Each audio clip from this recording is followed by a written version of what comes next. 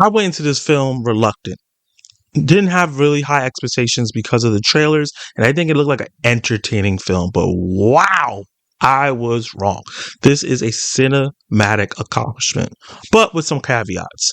But before we get into that, let's talk about what the movie's about. A feature documentary and biopic exploring how one man's brilliance, hubris, and relentless drive changed the nature of war forever, led to the deaths of hundreds of thousands of people, and unleashed mass hysteria, and how subsequently the same man's attempts to cope affected the world. This might be the best laid out biopic I've ever seen in my life. Nolan took the known history that we all learned in school or through history books and applied modern drama techniques to the film. It's a deep character study on J. Robert Oppenheimer. It is a political drama about the race to who can get the first atomic bomb, because the Nazis are going after it, the Russians, Germany, everyone's trying to make one, and it has all those moving pieces going on about it. And it also look at humanity and how the hubris of the powerful can affect the many, and how each topic is fleshed out and intertwined through the narrative is how this movie keeps being engaging.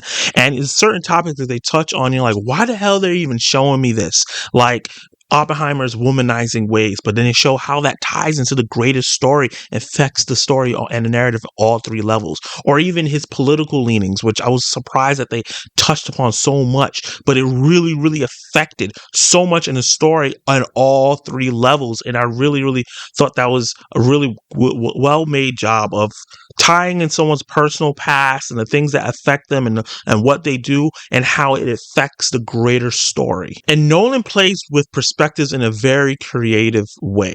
Everything that's in color is from Oppenheimer's perspective. This is how he sees things. This is from his eyes and how he saw everything going on. And then everything that's in black and white, which they showed in the trailer, and I didn't really understand why they were switching from color to black and white, but everything that's shown in black and white is from how they see him. Like everybody's seeing him from a different perspective and capturing moments, and you're seeing like how things can be taken out of context, and the way it contextualizes certain moments, especially when it's brought up back again, makes it like so mind-blowing. Like, okay, this is why this is happening, because people have a misunderstanding of what was actually happening. This might be Nolan's technically most impressive film yet. Obviously, great visuals. It's shot really, really well. But the star here is the sound design and the editing. The way it's edited, the most of the film is fast-paced. You're not staying on one moment for too long. We're cutting between different time periods, different point of views, and the way it all plays out is you're always interested in what's going on and how it pushes the narrative further along. That helps the 3 hours almost feel like a breeze throughout. The sound design, there's so many aspects of this film where Oppenheimer is seeing things visually, and you can see how he comes up with the way he wants to do certain things. He sees things in the night visually, and the way the sound comes in a lot of the times when he's trying to think and cut in and out, and then we see those same sounds brought to life when he actually realizes what he wants to do is absolutely mesmerizing. And also when the bomb finally goes off, holy crap, one of the most visual treats you'll see in the cinema. Cillian Murphy is a lock for Best Actor nom. Absolutely. J. Robert Oppenheimer is who he plays, and he plays his character cold, calculating, but also caring and vulnerable. And Cillian Murphy, I always mix it up if it's Cillian and Killian, but I think it's Killian. Cillian Murphy plays all these things that he needs to do in this film perfectly, flawlessly, for a very, very flawed human being. Robert Downey Jr. is a super standout in this film. He is definitely going to get like a supporting actor nom for the Oscars or in all the awards, because this is one of his best performances yet. But I don't want to go into detail about what he does in the film because it will be like major spoilers. Emily Blunt started out where I was like, oh, she's being a waste in this film.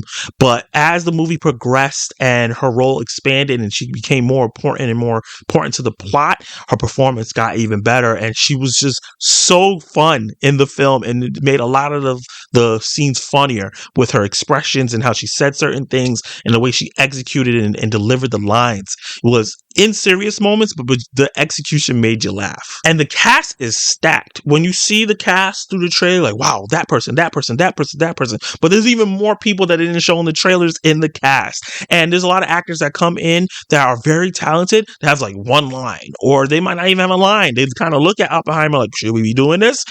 And it was just crazy seeing that. But the standouts for me, other than the ones that I said already, was Benny Safdie, who I've seen in 3 films now, and he has played 3 different characters in each one. And I'm very, very impressed by him because I mostly knew him as a director, but he is actually a great actor. He does a fantastic job in this film. Matt Damon, who's always reliable in every single film he's in. He interjects so much energy in this film, much needed energy, and it brings a lot of levity and funny moments. The crowd was laughing at a lot of things he was saying and doing in the film. And like I said, Gary Oldman, he has a very small role, but a very powerful moment that he has when he does what he needs to do in the film. Unfortunately, there is a but. There is a but. The movie's not perfect. It's almost, but it's not perfect. Unfortunately, like a lot of Nolan films, this is a consistent problem to the point where I'm starting to think it's a prank.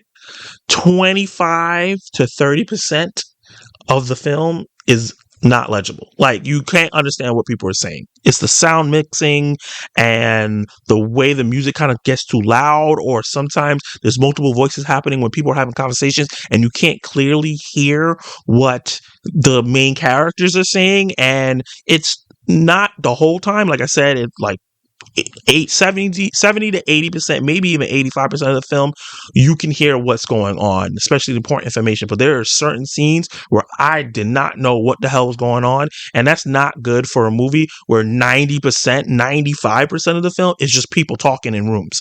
And the way they do it is very engaging because they make everything feel so pertinent and really important and very drastic, and the stakes are high.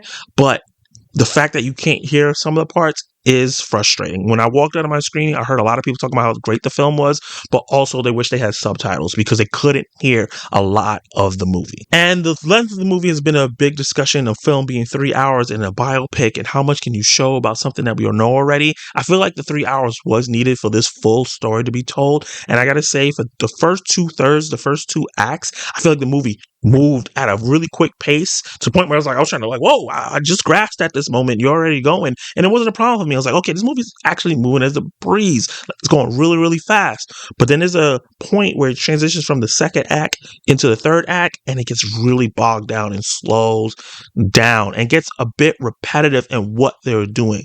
Before that, it never stuck on something too long where it felt repetitive and it was like layers to it.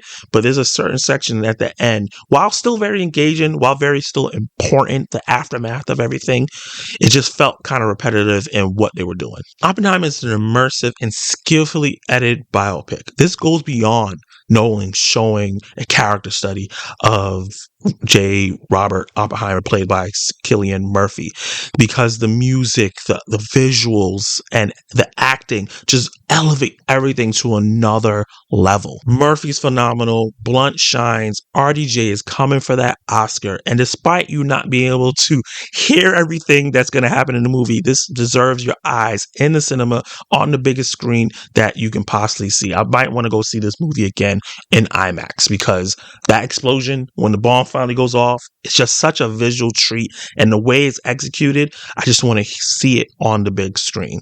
So with that said, I'm going to give Oppenheimer, surprisingly, oh my god, I didn't think I was going to even like this movie, but I'm going to give it an A. Did you like it? Did you hate it? What would you rate Oppenheimer if you saw it already? And if you did not, did my review push you towards going to see it? Were you skeptic on it, or were you already hyped? You know, Barbenheimer is this week, and I was so hyped for Barbie way more than Oppenheimer, but now after seeing it, I'm like, holy crap, I don't know if Barbie can compete. So I'm excited to see Barbie now to compare the two, even though they're probably 2 very drastically different movies. But drop all your comments down below. If you saw the movie, let's geek out over it. And if you have not, let me know how you feel after my review. Like the video to get this video popping, subscribe to the channel, and hit the notification bells to be notified of my reviews, reactions, live discussions, and much more. And join this growing community. And you can watch more of my content right now.